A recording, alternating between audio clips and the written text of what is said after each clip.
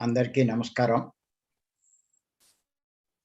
కార్యక్రమం ప్రారంభించే ముందు గురువు గారి పత్రి గారికి ఒక్కసారి మనం ధన్యవాదాలు చెప్పుకుంటూ కార్యక్రమం ప్రారంభిద్దాం.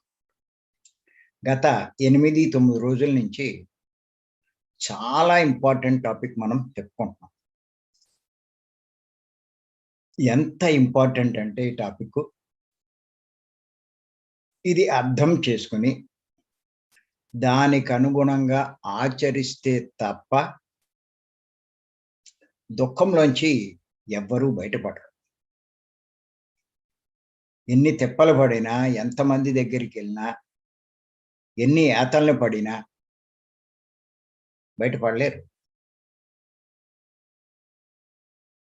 ఇది అర్థం చేసుకోవాలి. దీనికి అనుగుణంగా వాళ్ళ యొక్క ప్రవర్తన మార్చుకోగలగాలి. అప్పుడు అంత ఇంపార్టెంట్ కాబట్టే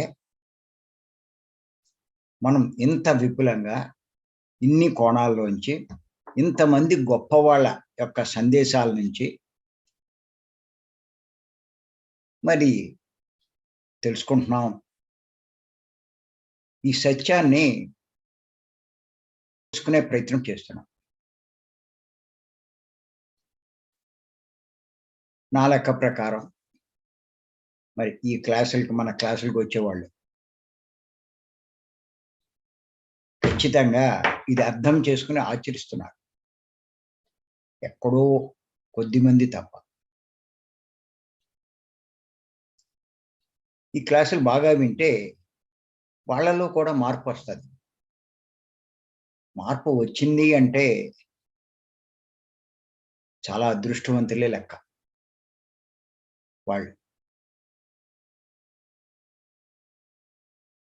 సరైన మార్గంలో పయనిస్తున్నట్టే లెక్క.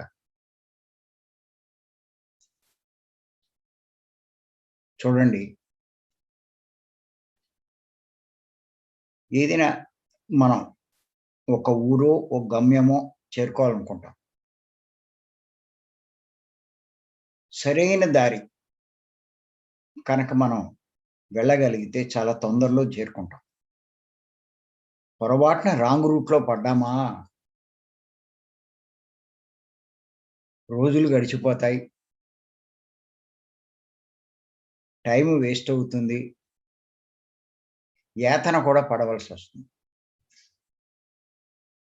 అలాగే ఈ దుఃఖ నివారణ మార్గం, మోక్ష మార్గం, ఈ మోక్ష మార్గం ప్రవేశించిన వాళ్ళు ఇవన్నీ తెలుసుకుని దానికి అనుగుణంగా ఆచరించగలిగితే ఖచ్చితంగా చాలా తక్కువ సమయంలో మరి తమ గమ్యాన్ని సాధిస్తారు. మన అదృష్టం ఏమిటి అంటే పత్రి గారు లాంటి సద్గురువు మనకు లభించడమే.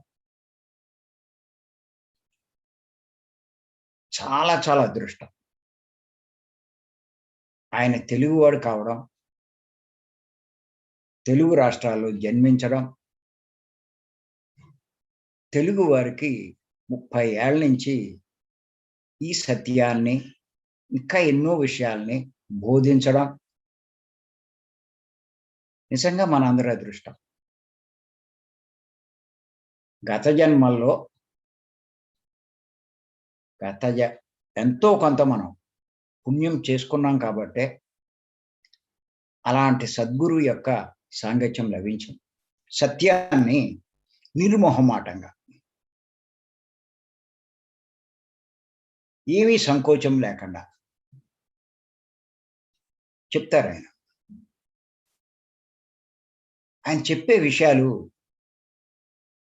చాలా సింపుల్గా ఉంటాయి, బాగా అర్థమయ్యే రీతిలో ఉంటాయి. మీరు కావాలంటే కొంతమంది గ్రంథాలు అవి చదవండి. ఎంత గ్రాంధికం ఉంటుందో అందులో అర్థం చేసుకోవడమే చాలా కష్టం. ఆ విషయాలు తెలుసుకోవాలన్నా కూడా తెలుగే సరిగ్గా అర్థం కాదు మనకు. కానీ పత్రి గారు వాడుక భాషలో అర్థమయ్యే రీతిలో చాలా సింపుల్‌గా ఎంత గొప్ప విషయాన్నైనా మనందరికీ అర్థమయ్యే రీతిలో అందిస్తున్నారు. ఎన్నో కోణాల నుంచి, ఎన్నో రకాలుగా. మన అదృష్టం కొద్దీ మన సొసైటీకి ఒక ఛానల్ రావడం, దాని ద్వారా మరి ఈ సందేశాలన్నీ పత్రి గారి సందేశాలన్నీ మనం వినగలగడం మరిది చాలా అదృష్టం అండి. నాకు కొన్ని ఏరియాలకెళ్ళినప్పుడు తెలుసు. వాళ్ళు చెప్పిన దాన్ని బట్టి. ఇలాంటి జ్ఞానం పొందాలి అంటే, ఒక గురువుని పట్టుకోవాలి అంటే, అన్నీ వదిలేసుకొని వెళ్ళిపోవాలి. సంసారాన్ని, ఇంటిని, అన్నీ వదిలేసి. అంటే భగవంతుడిని పట్టుకోవాలి. భగవంతుడిని చేరుకోవాలి. భగవంతుడిని దర్శించాలి. అనేటువంటి తపన వారిలో ఉన్నప్పుడు వదిలి మరి ఆ ఆశ్రమాలకెళ్ళాలి. లేతే ఆ హిమాలయాలకో ఎక్కడికో వెళ్ళాలి. అక్కడ ఆ గురువుని పట్టుకోవాలి. మొదట్లో కొంచెం ఇబ్బందే అవుతుంది.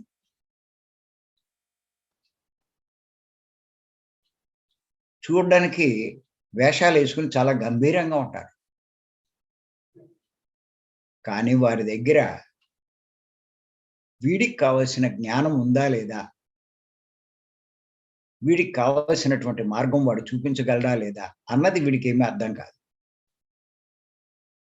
ఆ వేషానికి మోసపోయి అటువంటి వాళ్ళని ఆశ్రయిస్తే వీడి జీవితం అక్కడ బలైపోతుంది. ఇంకా నిజంగానే గొప్ప గురువుని వీళ్ళు ఆశ్రయిస్తే చాలా శ్రమ పడాలి. అంత తేలిగ్గా ఏమీ చెప్పరు. ఏ విషయాన్ని కూడా. వాడి చేత ఎంతో చాకిరీ చేయించుకుంటారు. ఎంతో కష్టపడాలి. ఆయన పెట్టే పరీక్షలన్నీ వీడు ఎదుర్కోవాలి. అలా ఎదుర్కొన్నాక ఒక్కొక్క విషయం కొద్ది కొద్దిగా చెప్తూ ఉంటాడు. ఆ ఒక్క విషయం గురించి రోజంతా వెట్టి చాకిరీ చేస్తారు. చాలా కష్టపడతారు. అనుకుంటారు దైవం కోసం ఆ మాత్రం కష్టపడకపోతే ఎలాగా అని. మరి కొంతమంది జీవితం అయిపోతుంది గానీ చివరికి దారి దొరకదు. ఇటువంటి సందర్భాల్లో కొంతమంది చెప్పగలుగుతారు దైవం గురించి. కానీ అది అనుభవంలోకి రావడానికి కావాల్సిన సాధన ఇవ్వలేకపోతారు. ఆ రకంగా జరిగినా కూడా ఇబ్బందే. తెలిసింది ఎలాగా? సాధన ఉండదు. ఇలాగే ఎంతోమంది ఎన్నో రకాలుగా ఇబ్బందులు పడి నష్టపోయినోళ్ళున్నారు. చాలా శ్రమ పడినోళ్ళున్నారు. కానీ మన అదృష్టం ఏంటంటే, మనమేమి సంసారాన్ని వదలక్కలేకుండా, సంసార సుఖాన్ని వదలక్కలేకుండా, మనకున్న సంపాదన వదలకుండా, మన సుఖాలు మనం మన సంసారంతో ఉంటూ, ఖాళీ టైంలో ఈ యొక్క జ్ఞానాన్ని పొంది, భగవంతునికి సంబంధించిన జ్ఞానాన్ని పొంది, ఆయన్ని పొందే మార్గం, తేలికైన మార్గం, ఈ శ్వాసమే ధ్యాస అన్నది మనం చేసుకుంటూ సంసారము చేస్తున్నాం. నిర్వాణానికి కావలసినటువంటి ఆ ప్రయత్నము చేస్తున్నాం. 2 రకాలుగా మనం ఉన్న చోటే ఉండి మనం సాధించగలుగుతున్నామంటే ఎంత అదృష్టం చెప్పండి. ఆషామాషీ కాదసల. భగవంతుడు గురించి తెలుసుకోవాలంటే అంత తేలిక? కనిపిస్తాడా? దొరుకుతాడా? అసలెక్కడుంటాడు? ఎలా ఉంటాడు? ఎలా పట్టుకోవాలి? అని ఎంతో మందికి ఎంతో తపన.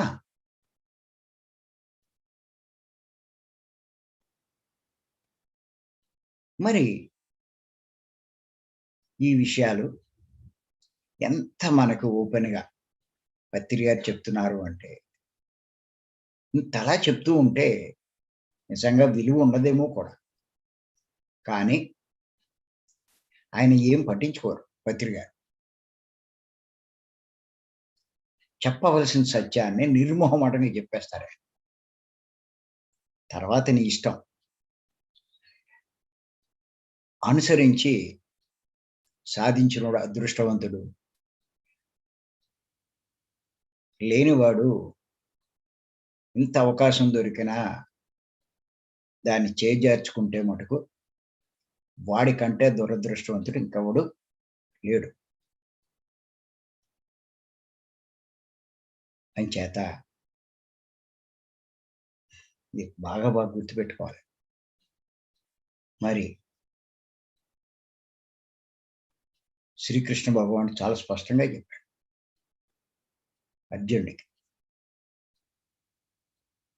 నువ్వు తపోలోకాల్లాంటి లోకాలకి నువ్వు చేరుకున్న ఎన్నో పుణ్యకర్మలు, తపస్సులు అన్నీ చేసి నన్ను పొందలేవు.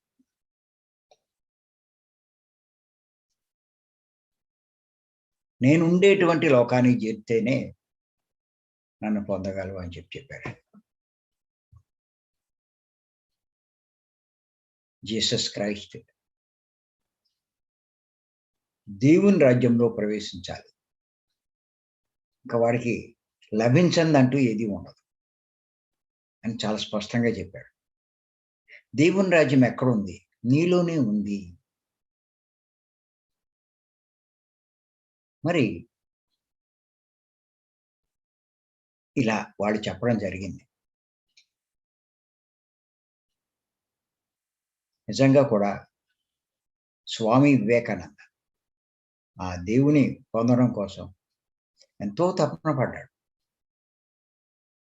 రామకృష్ణ పరమహంస గారు ఆయన పరిచయమైనప్పుడు అడిగాడు, మీరు దేవుణ్ణి చూసారా అని.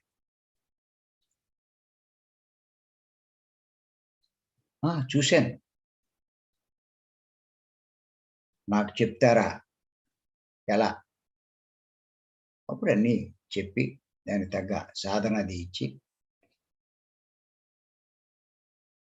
చేయమంటే ఆయన తీవ్ర సాధన చేసి మరి ఆ స్థితికి చేరుకున్నాడు ఆయన స్వామి వివేకానంద.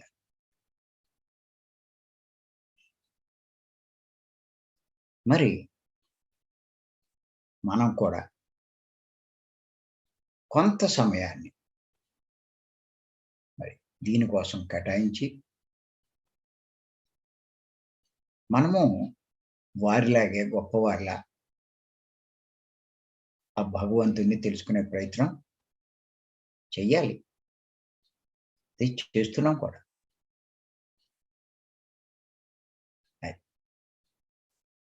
చేత పత్రి గారు చెప్పే విషయాలన్నీ కూడా చాలా జాగ్రత్తగా మనం అర్థం చేసుకునే ప్రయత్నం చేయాలి. ఊరికే చదువుకుంటూ వెళ్ళిపోవడం కాదు. చదువుకుంటూ వెళ్ళిపోతే ఏం ఉపయోగం లేదు. ఆయన చెప్పే ఒక్కొక్క విషయంలో ఎంత లోతు అర్థం ఉంటుందో అవన్నీ మనం తెలుసుకోవాలి. అలా ఒక విషయం మీద ఇప్పుడు మనం చెప్పుకుంటున్నాం.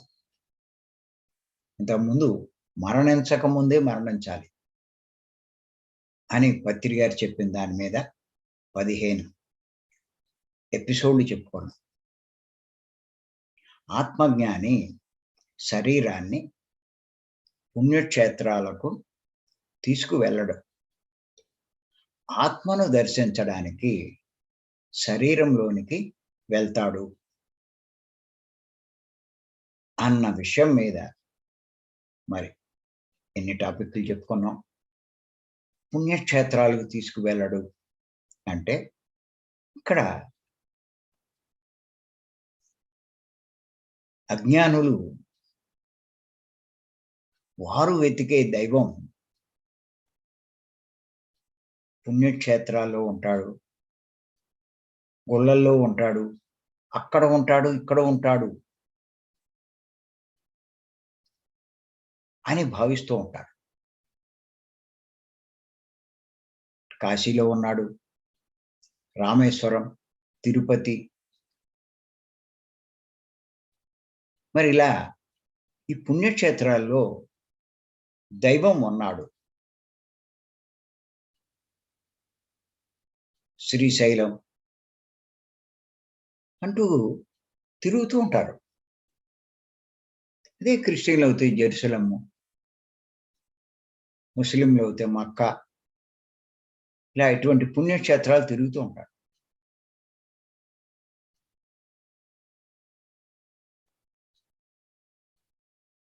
కానీ జ్ఞానికి తెలుసుకుంటాడు, ఇటువంటి చోట ఎక్కడ ఉండడు.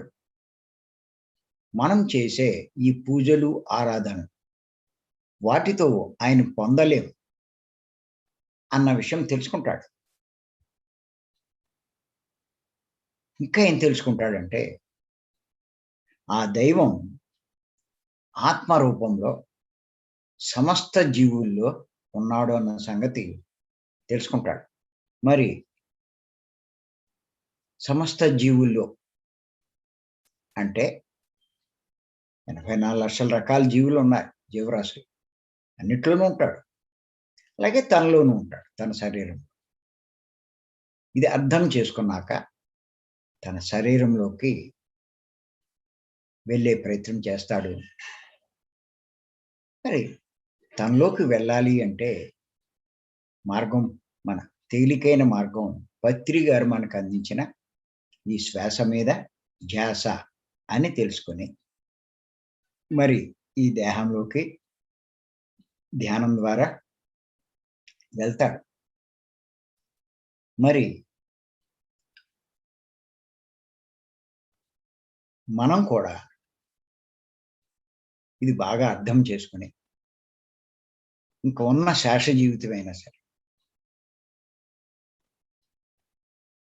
ఊరికే మనం అటు తిరిగి ఇటు తిరిగి యాతన పడే కంటే హాయిగా ఇంట్లోనే కూర్చొని ఖాళీ దొరికినప్పుడల్లా మన లోపలికి వెళ్ళి ఆ దైవాన్ని పొందే, ఆ భగవంతుణ్ణి పొందే ధ్యాన సాధన శ్వాసమే ధ్యాస మరి చేసినప్పుడు ఖచ్చితంగా చెయ్యిగా మనకి తెలియకుండానే ఎప్పుడో వెళ్తాం. మన జీవితమే ధన్యమైపోతుంది. మరి ఆయన అన్ని జీవుల్లో ఉన్నాడు అన్న సంగతి మరి ఇంకా అర్థం కాని వాళ్ళ కోసం మరి మనం గొప్పవాళ్ళు చెప్పినటువంటి సందేశాల ద్వారా తెలుసుకోవాలి. ఓకే, మనం ఓ మాట అంటే కొంతమందికి నమ్మకం ఉండదు. అదేంటిది, ఎంతో మంది పండితులు చెప్తున్నారు కాశీ వెళ్ళమని, రామేశ్వరం వెళ్ళమని, శ్రీశైలం వెళ్ళమని, మీరు ఇలా చెప్తారేటంటారు. దానికి ఎన్నో సందేహాలు వ్యక్తం చేస్తూ ఉంటాడు.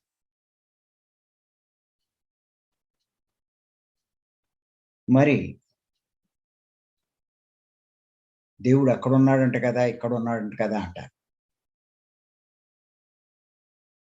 అటువంటి వాళ్ళ కోసం మరి గొప్పవాళ్ళు, మనము దేవుళ్ళు అనుకునే వాళ్ళు చెప్పిన సందేశాలు మనం ఒక్కసారి తెలుసుకుంటే కాస్త మనకు కూడా దృఢంగా, నిక్కచ్చిగా, ఖచ్చితంగా తెలుసుకొని సాధన ఇంకా తీవ్రంగా చేస్తాం. మనం చేసే సాధన రోగాల కోసం, దానికోసం కాదు. ఆ దైవాన్ని పొందడం కోసం. దైవాన్ని పొందినవాడు దుఃఖం నుంచి శాశ్వతంగా బయటపడగలుగుతాడు. భగవద్గీతలో భగవద్గీతను మించిన గ్రంథం లేదు. 10వ అధ్యాయంలో 20వ శ్లోకం అస్తమానం మనం చెప్పుకుంటూనే ఉంటాం. భగవానుడు ఎక్కడ ఉన్నాడో అన్నదానికి స్పష్టంగా చెప్పాడు ఆయన. అహం, ఆయన ఎవరో చెప్పాడు, ఎక్కడ ఉన్నాడో చెప్పాడు. అహం ఆత్మ గుడాకేశ అన్నాడు. అర్జున, నేను ఆత్మను అని చెప్పాడు. ఎక్కడుంటాను అంటే సమస్త భూతాశయ స్థిత, అన్ని భూతాల్లో, అన్ని జీవరాశులు, అన్ని ప్రాణుల్లో నేను ఉంటానని చెప్పి మరి ఆయన ఈ శ్లోకం ద్వారా చెప్పడం జరిగింది. మరి ఆయనే కాదు, శ్రీకృష్ణుల వారే కాదు, అంత గొప్పవాళ్ళు ఇంకా ఎంతో మంది భూమి వచ్చి మరి వాళ్ళు తరించి ఎంతో మందిని తరింపచేసి వెళ్ళిన వాళ్ళు ఎంతో మంది ఉన్నారు. వాళ్ళల్లో శ్రీ వీరబ్రహ్మేంద్ర స్వామి ఆయన ఏం చెప్తున్నారు అంటే, వెదకి వెదకి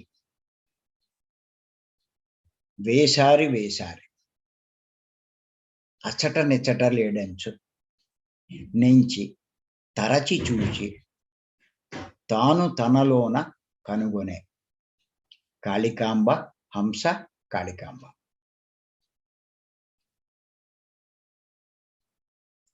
భగవంతుని కోసం ఎక్కడెక్కడో తిరుగుతున్నాడు ఈ మానవుడు. ఎన్ని దేవాలయాలకు, ఎన్ని తీర్థాలకు వెళ్ళి వెదకి వెదకి అలసిపోయాడు. చివరకు అక్కడ ఇక్కడ ఎక్కడా లేడని తిరిగి తిరిగి చివరకు ధ్యానం చేసి తనలోనే ఉన్నాడని తెలుసుకుంటున్నాడు అని శ్రీ వీరబ్రహ్మేంద్ర స్వామి వారు తెలియచేస్తున్నారు. ధ్యానం ద్వారా తెలుసుకుంటున్నాడు. ఇక్కడ ధ్యానం చేస్తే దైవం కనిపిస్తాడా అనేటువంటి సందేహం చాలా మందికి ఉంది. గుర్తుపెట్టుకోండి, దైవానికి రూపం ఉంటే కనిపిద్దుడు, రూపం లేనివాడు. అంచేత మరి చాలామంది ఆత్మ సాక్షాత్కారం అయ్యింది ఇలా చెప్తూ ఉంటారు. అంటే చూశారు ఊదని. అది కాదండి, అనుభూతి చెందడం. ఆ దైవానుభూతే ఆ సాక్షాత్కారం అని చెప్తూ ఉంటారు. ఆయన్ని అనుభూతి చెందగలం తప్ప రూపం లేని ఆయనకి ఎలా మీకు దొరుకుతాడు, ఎలా కనిపిస్తాడు? అంచేత మరి అనుభూతి అంటే ఎలా ఉంటుంది అని మీకు అనిపించవచ్చు. అది ఆనందానుభూతి.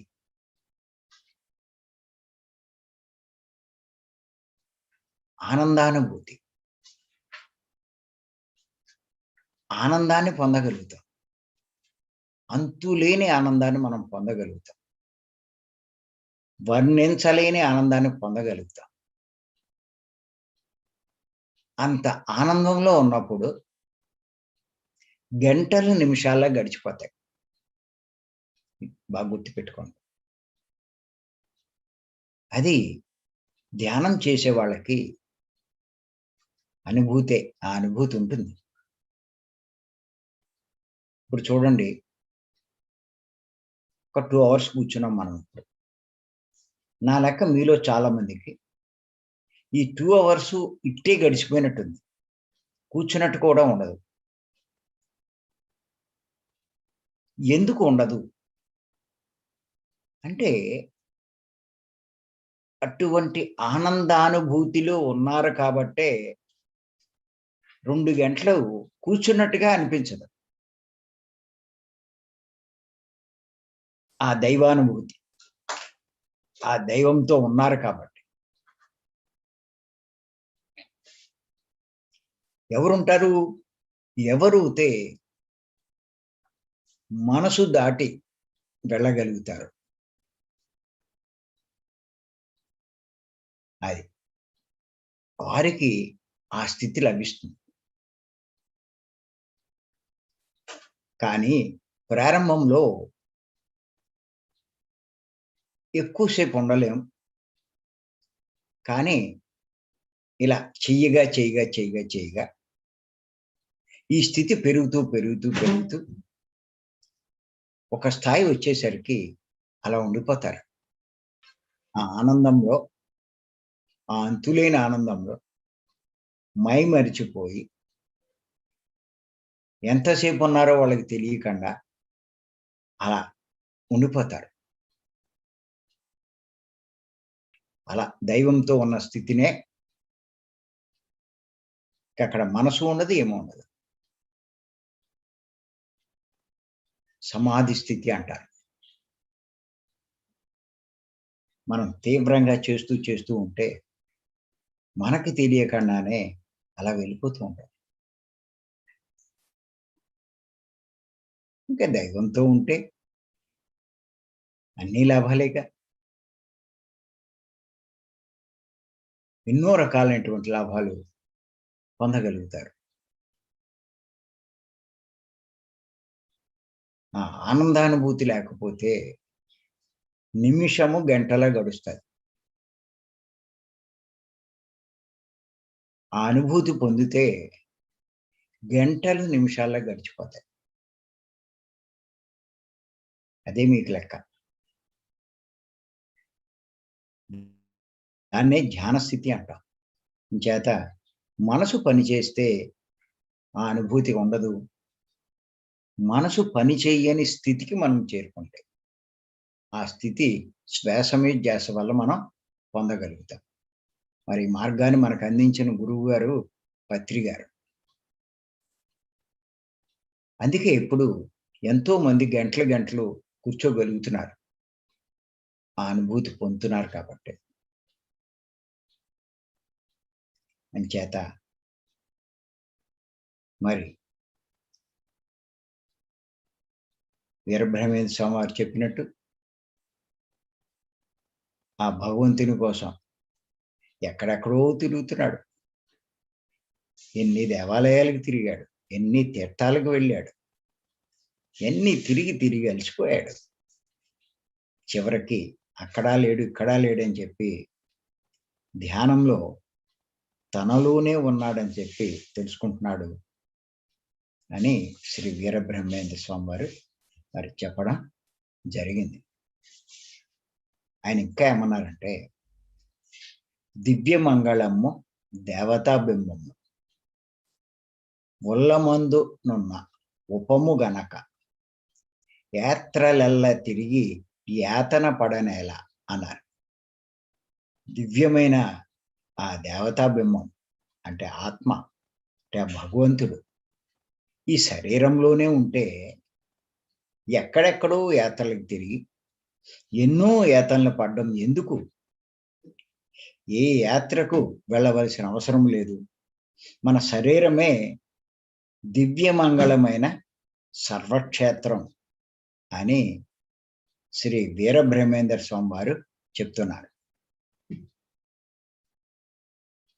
అందుకే ఆత్మజ్ఞాని పుణ్యక్షేత్రాలకు ఈ శరీరాన్ని తీసుకువెళ్ళడు అని పత్రి గారు చెప్పడం జరిగింది. ఆ విషయమే వీరబ్రహ్మేంద్ర స్వామి వారు చెప్తున్నారు. దివ్యమైనటువంటి దేవతాబింబం, ఆ దైవం యొక్క స్వరూపం, ఆత్మస్వరూపం ఈ శరీరంలోనే ఉంటే ఎక్కడెక్కడో యాత్రలు తిరిగి ఎన్నో యాత్రలు అంటే అంత తేలిక మన ఇంటికాడ ఉన్నట్టు ఉంటుందా? అన్ని సౌకర్యాలు ఉంటాయా? ఎన్ని యాతనలు పడాలి. ఇన్ని యాతనలు పడి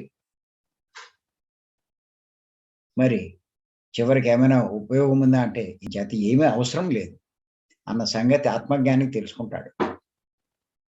శరీరమే, తన శరీరమే, మన శరీరమే దివ్యమంగళమైన సర్వక్షేత్రం అని తెలుసుకుని తన శరీరంలోకే వెళ్ళే ప్రయత్నం చేస్తాడు అని శ్రీ వీరబ్రహ్మేంద్ర స్వామి వారు చెప్తున్నారు. మరి ఈ విషయాన్ని యోగి వేమన కూడా చెప్పడం జరిగింది. ఆయన ఏం చెప్పారంటే, శిలలను చూసి శివుడని భావించు, శిలలు శిలలే కాని శివుడు కాదు, తనదులోని శివుని తానేలా తెలియడో విశ్వదాభిరామ వినరవేమ. మానవుడు రాతి విగ్రహాలను చూసి భగవంతుడని శివుడని అనుకుంటున్నాడు. కానీ శిల శిలే అవుతుంది, కానీ భగవంతుడు శివుడు ఎలా అవుతాడు? అసలు తనలో ఉన్న శివుని మానవుడు ఎందుకు తెలుసుకోలేకపోతున్నాడు అని వేమన యోగేంద్రుల వారు చెప్తున్నారు. ఎక్కడెక్కడికో వెళ్ళి ఆ శిలలే దేవుడు అనుకుంటున్నాడు, కానీ అసలు దేవుడు తనలోనే ఉన్నాడు అన్న సంగతి గ్రహించలేకపోతున్నాడు అని చెప్పి మరి వేమన యోగేంద్రుల వారు చెప్తున్నారు.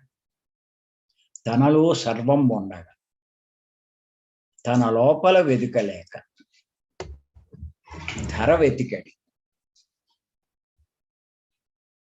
ఈ తనువుల మోసడి ఎద్దుల మనముల దల్పంగ వశమే మహిళో వేమ అన్నారు.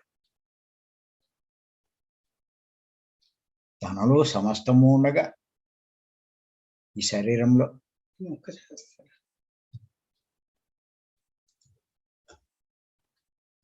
తన లోపల ఎతకుండా భూమి అంతా వెతికేటువంటి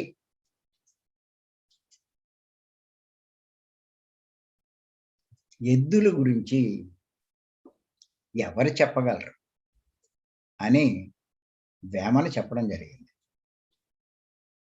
ఎంత మొరటగా చెప్పారు వేమన. అన్నీ తనలోనే ఉంటే తనలో చూసుకోకుండా ఈ భూమి అంతా తిరుగుతున్నాడు, ఈ శరీరాన్ని మోసే ఎద్దుల్లాగా.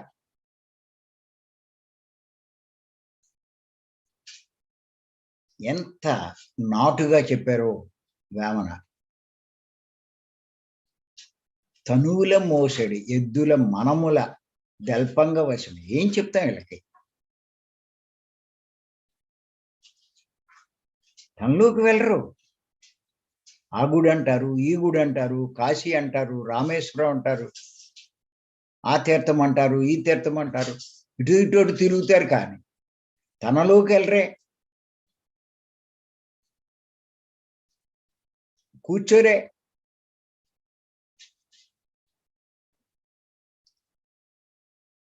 అంచేత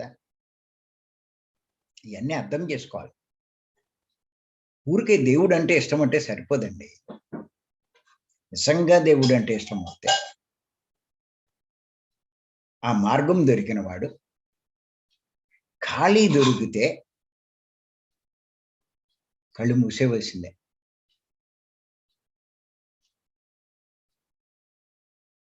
కళ్ళు మూసి ధ్యానం చేయడం రోగాల కోసం కాదు, దైవాన్ని పొందడం కోసం. మరి ఈ దేహంలోనే ఆ దైవం ఉన్నాడన్న సంగతి కృష్ణ భగవాన్ చెప్పడం జరిగింది, వీరబ్రహ్మేంద్ర స్వామి చెప్పడం జరిగింది, వేమన చెప్పడం జరిగింది, పత్రి గారు చెప్పడం జరిగింది. అలాగే ఉత్తర గీతలో కూడా ఏం చెప్పబడిందంటే, దేహో దేవాలయో ప్రోక్త జీవో దేవో సనాతన.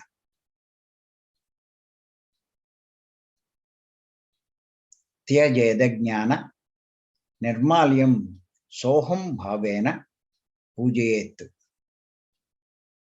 అంటే ఈ దేహమే దేవాలయమని చెప్పబడింది. దేహంలో ఉన్న జీవుడే సనాతనమైన సాక్షాత్తు దేవుడని తెలుసుకోవాలి. మరి అటువంటి దేవుని ఆత్మానాత్మ వివేకం చేత అజ్ఞానం అనడి మరి నిర్మాల్యమును వదిలి, ఆ మల్యాన్ని వదిలేసి సోహం అదే నేను అంటే అహం బ్రహ్మాస్మి అంటే నేనే బ్రహ్మను అనే భావంతో తన యందు ఉన్నటువంటి ఆత్మస్వరూపుడైన పరబ్రహ్మను పూజించాలని తెలుసుకోవాలి. అది దీన్ని బట్టి ఎవరైనా సరే ఆత్మను ఆరాధించాలని తెలుస్తుంది అన్నమాట. ఉత్తర గీత సందేశం. శంకరాచార్య వారు కూడా మరి ఈ విషయం చెప్పడం జరిగింది. మరి ఇంకొక శ్లోకం చూద్దాం ఉత్తర గీతలోదే. బహిర్దాయతి యహ కచ్చిత్వక్త దేహస్థమీశ్వరం స్వగృహో పాయసం వక్త విక్షామతి దుర్మతి. దీని తాత్పర్యం ఏంటంటే, తన దేహం ముందున్న ఈశ్వరుని వదిలి బయట ఎచ్చటనో ఈశ్వరుడు ఉన్నాడని భ్రమించి తిరుగువాడు. దేహంలో ఉంటే ఎక్కడో ఉన్నాడని తిరుగుతూ ఉంటారు. అలాంటి వాళ్ళు ఎలాంటి వాళ్ళు చెప్తున్నా అనమాట. తన ఇంట్లో ఉన్నటువంటి క్షీరాన్నాన్ని వదిలేసి, అంటే పాయసాన్ని వదిలేసి పొరుగింటి భిక్షపు కూటికై తిరుగు మూర్ఖునితో సమానమని తెలుసుకోవాలని చెప్పి అన్నాడు. దేహంలో ఉన్న ఆ దైవాన్ని తెలుసుకోవడం మానేసి ఎక్కడెక్కడో తిరిగేవాడు ఎంత మూర్ఖుడు అంటే, ఇంట్లో పాయసం ఉంటే దాన్ని తీసుకోకుండా పొరుగింటికి వెళ్ళి భిక్షకూటి కోసం భిక్ష ఎత్తుకునే మూర్ఖుడితో సమానం అని చెప్పి మరి ఈ ఉత్తర గీతలో ఈ విషయం చెప్పడం జరిగింది. చేత గుర్తుపెట్టుకోండి, చంకలో పిల్లనెట్టుకుని ఊరంతా తిరిగిందట, చేతిలో చీపురెట్టుకుని ఇల్లంతా వెతికిందంట. ఇవన్నీ చెప్తూ ఉంటారు మన. తను ఎతికే చీపురు ఎక్కడ ఉంది? తన దగ్గరే ఉంది. తన పిల్లవాడు ఎక్కడున్నాడు? తన సంకలోనే ఉన్నాడు. అందరినీ అడుగుతుంది, మా పిల్లవాడిని ఏమైనా చూశారా అంటూ. అలా ఈ మహానుభావులు, ఆత్మజ్ఞానులు, ఇంత గొప్పవాళ్ళు ఇలా తిరిగే వాళ్ళని చూసి నవ్వుకుంటూ చెప్తున్నారు. ఇంచేత మన అజ్ఞానాన్ని మనం వదిలించుకోవాలి, జ్ఞానాన్ని పొందాలి, దానికి ధ్యానం చెయ్యాలి. ఆ ధ్యానం చేస్తే మరి ఆ దైవాన్ని పొందడం అంటే సామాన్యమైన విషయం కాదది. చేత ధ్యానాన్ని ఊరికే తేలిగ్గా వదిలేయకండి. ఏదో రోగం కోసమన్న భావనలో ఉండొద్దు. ఏదో కోరికలు తీర్చేది, సమస్యలు తొలగించేది అది కాదు. మొత్తం వీటన్నిటిలోంచి శాశ్వతంగా మనల్ని బయట పడగలిగేది. అంత గొప్పదిది. దీన్ని చాలా తక్కువగా భావిస్తున్నాం మనం. తక్కువ ప్రయారిటీ ఇస్తున్నాం. ఏదో ఖాళీ ఉన్నప్పుడు, తీరుబడి ఉన్నప్పుడు, వీలవుతే చేస్తున్నాం మనం. అలా కాదు.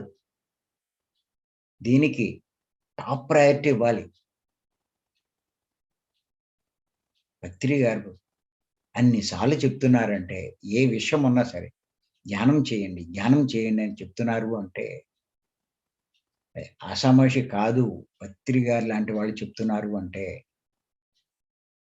దీనికి చాలా టాప్ ప్రయారిటీ ఇవ్వాలి. మరి ఉత్తర గీతలో ఈ ధ్యానం గురించి ఏం చెప్పబడిందంటే, నాస్తి ధ్యాన సమం తీర్థం, నాస్తి ధ్యాన సమం తపం, నాస్తి ధ్యాన సమం యజ్ఞం, తస్మాత్ ధ్యానం సమాచరేత్. అంటే తీర్థాలు కానీ, జప తపాలు కానీ, యజ్ఞ యాగాలు కానీ ఏవి కూడా ధ్యానానికి సమం కాదు అని తెలుసుకోవాలి ఈ శ్లోకం ద్వారా.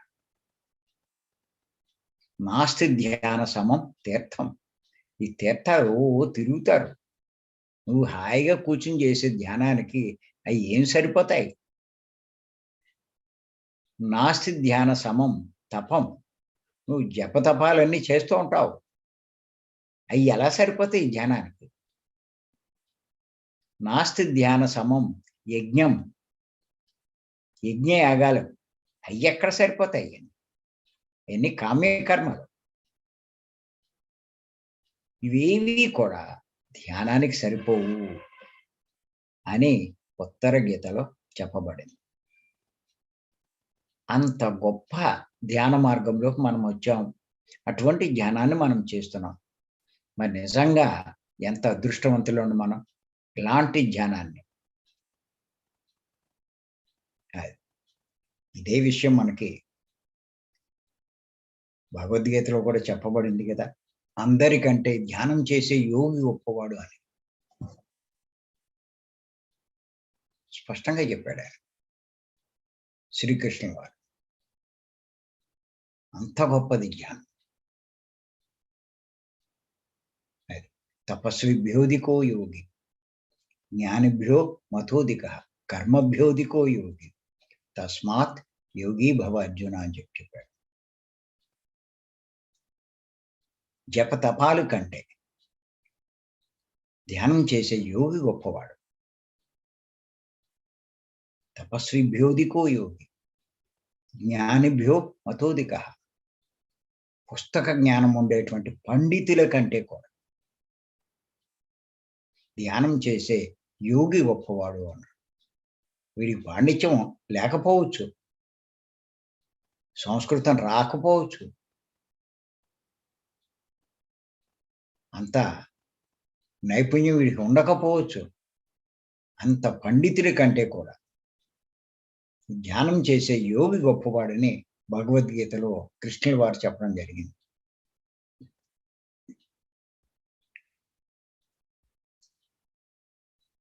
జ్ఞానిభ్యో మతోధిక చేత తస్మాత్ యోగి భవ అర్జున, ధ్యాన యోగిక, ధ్యానం చెయ్యి. అదే ఉత్తర గీతలో కూడా మరి చెప్పడం జరిగింది. అంచేత ధ్యానాన్ని అంత తేలిగ్గా తీసేయకండి. ఏదో రోగాలకు అనుకుంటూ వాటి కోసం, వీటి కోసం అనుకుంటూ కాదు. భగవంతుని పొందడానికి ఉన్న ఒక్కటే మార్గం ఈ ధ్యానం. ఈ ధ్యానం కూడా మరి నిజంగా చాలామంది అర్థం కాక ఏం చేస్తున్నారు అంటే గైడింగ్ మెడిటేషన్‌లు అంటూ, ఇయి అంటూ, అయి అంటూ ధ్యానంలో లోతుల్లోకి వెళ్ళలేకపోతున్నారు. కళ్ళు మూసుకొని అక్కడే ఆగిపోతున్నారు. కళ్ళు మూస్తే మనం లోపలికెళ్ళినట్టు కాదు. మనసు కూడా ముయ్యాలి. మనసు కూడా పని చేయకూడదు. అప్పుడు మీరు లోపలికి వెళ్ళినట్టు. మనసు ముయ్యాలి అంటే ఒక్కటే మార్గం. అదే శ్వాస మీద ధ్యాస. ఆ పనే మనమంతా చేస్తున్నాం. ఎంత అదృష్టవంతులు అండి. ఎవరికీ అర్థం కావట్లా. తేలిగ్గా కూర్చోవడానికి చూస్తున్నారు కానీ, మనం ఫలితం పొందుతున్నామా లేదా అన్నది ఆలోచించట్ల. ఏయ్యో మాటలింటూ ఎంతసేపైనా కూర్చోవచ్చు. ఓ మ్యూజిక్ వింటూ ఎంతసేపైనా కూర్చోవచ్చు. ఓ పాటలు వింటూ ఎంతసేపైనా కూర్చోవచ్చు. కూర్చోవడం కాదిక్కడ. కూర్చోవడం కోసమా? మనం దుఃఖంలోంచి బయటపడాలి. సమస్యల్ని అధిగమించాలి. మనం పొరపాట్లు చేయకూడదు. మన వల్ల తప్పు జరగకూడదు. ఏ పాపాలు చేయకూడదు. జీవితాన్ని పూర్తిగా మనం మార్చుకోవాలి. మరి అటువంటి స్థితి యోగికే సాధ్యమవుతుంది గానీ, ఇంకెవరికీ సాధ్యం కాదు. మరి గుర్తుపెట్టుకోండి. గొప్ప పాండిత్యం కలిగిన వాడు, ధ్యానం చేసే యోగి ముందు పని చేయడు. ఇంకా చాలా జన్మలు ఎత్తే కానీ, ధ్యానం చేసే యోగి స్థితికి రాలేరు. చూడ్డానికి వాడు గొప్పగా కనిపించొచ్చు, గొప్పగా మాట్లాడొచ్చు, గొప్పగా సందేశాలివ్వచ్చు. కానీ ధ్యానం చేసేవాడు అంతటి మరి పండితుడు కూడా ఏదో జన్మలో ఇంకో 10 జన్మలు తీసుకున్నా, 50 జన్మలు తీసుకున్నా చివరికి ధ్యానంలోకి రావాల్సిందే. మరి వీడు ఆ ధ్యానమే చేస్తున్నాడు. చేత ఖచ్చితంగా ఆ పాండిత్యాన్ని బోధించే వారికంటే కూడా ధ్యానం చేసేవాడు వాడు ఎవడైనా సరే, డబ్బు ఉండనివ్వండి, డబ్బు లేకపోయినా, స్త్రీ, పురుషుడు ఎవరైనా సరే గొప్పవాడు అన్న సంగతి తెలుసుకోవాలి. అలాగే మరి ఉత్తర గీతలో ఇంకొక శ్లోకం ఏంటంటే, యోంతః చుకోంత రారం రారామ స్తదాంత రజ్యోతిరేవ యః సయోగి బ్రహ్మ నిర్వాణం బ్రహ్మభూతో దిగచ్చతి అని చెప్పి ఈ శ్లోకం. ఇది ఉత్తర గీత కాదు కానీ భగవద్గీతలోది. 5వ అధ్యాయంలో 24వ శ్లోకం. 5వ అధ్యాయంలో 24వ శ్లోకం ఏమిటంటే దీని అర్థం, ఎవడు తనలోని ఆత్మతో సుఖిస్తూ, అన్ని సుఖాల కంటే ఈ సుఖం గొప్పది. నువ్వు ఆత్మతో ఉన్నంతసేపు, ఆలోచనలు లేని సమయం అంతా కూడా ఆత్మతో సుఖిస్తూ ఉంటాడు, ఆత్మతో క్రీడిస్తూ ఉంటాడు, ఆత్మ యందే ఉంటాడు. అట్టి యోగి బ్రహ్మస్వరూపుడై బ్రహ్మ సాక్షాత్కారం పొందుతాడు అని చెప్పి ఈ శ్లోకంలో దీని యొక్క తాత్పర్యం. మళ్ళీ ఇంకొకసారి చదువుతాను ఈ తాత్పర్యాన్ని. ఎవడు తనలోని ఆత్మతో సుఖిస్తూ, ఆత్మతో క్రీడిస్తూ, ఆత్మయందే ఉంటాడో అట్టి యోగి బ్రహ్మస్వరూపుడే. వాడే బ్రహ్మ అయిపోతాడు.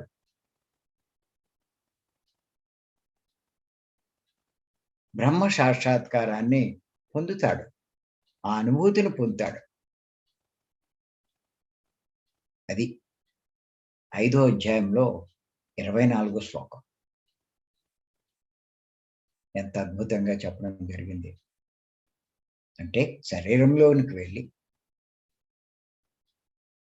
ఆ శరీరంలో ఆత్మతో అలా ఉండిపోవాలి. ఇంకా అది ఇంకంతకన్నా గొప్ప జీవితం ఎవరికి ఉండదు. ఇంక ఇయన్నీ కూడా ఈ ఇంద్రియాలతో అనుభవించేవన్నీ తాత్కాలికమైన సుఖాలే కానీ శాశ్వతమైనవి కావు.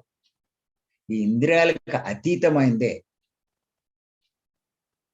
అంటే ఆ భగవంతుని పొందడానికి మధ్యలో ఈ ఇంద్రియ సుఖాలన్నవి మానవుడికి కల్పించబడ్డాయి.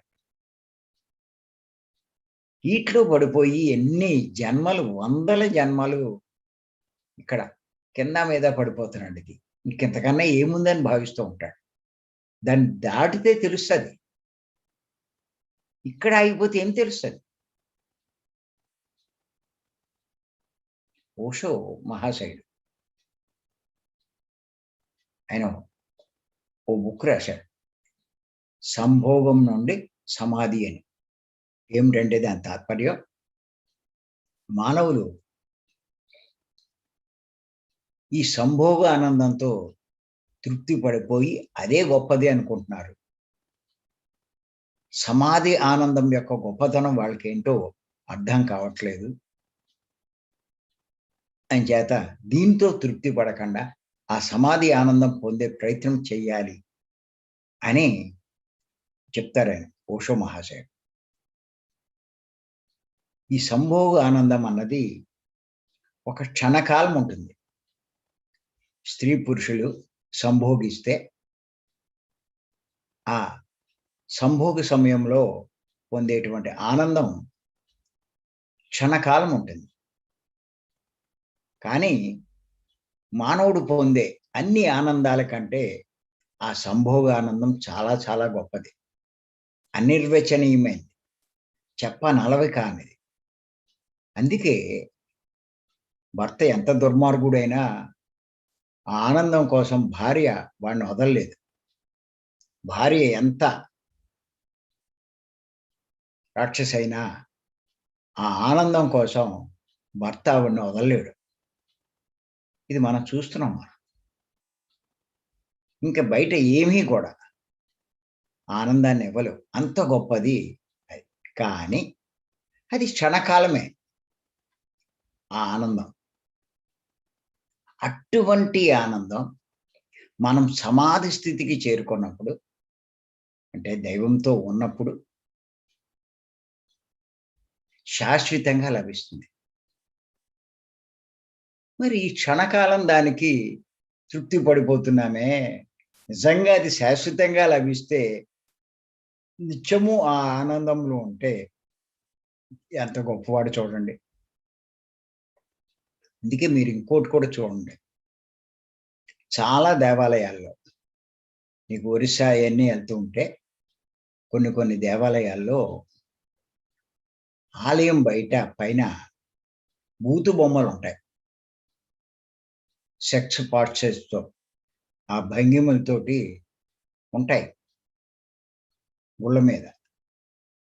చాలామంది ఏమనుకుంటారంటే, ఇంత పవిత్రమైన దేవాలయం మీద ఇలాంటి బొమ్మలేసారేటి?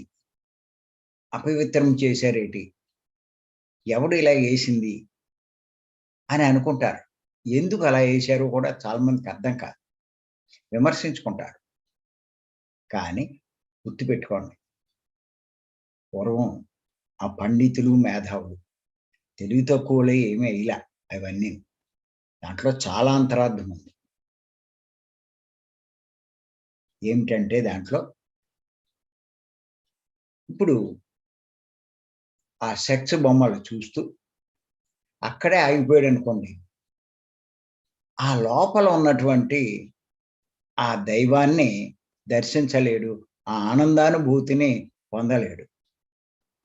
అంచేత అంటే దాని అంతరార్థం ఏంటి అంటే, మానవుడు ఈ ఇంద్రియ సుఖాలకు, ఇంద్రియ భోగాలకు, ఆ సంభోగ ఆనందానికి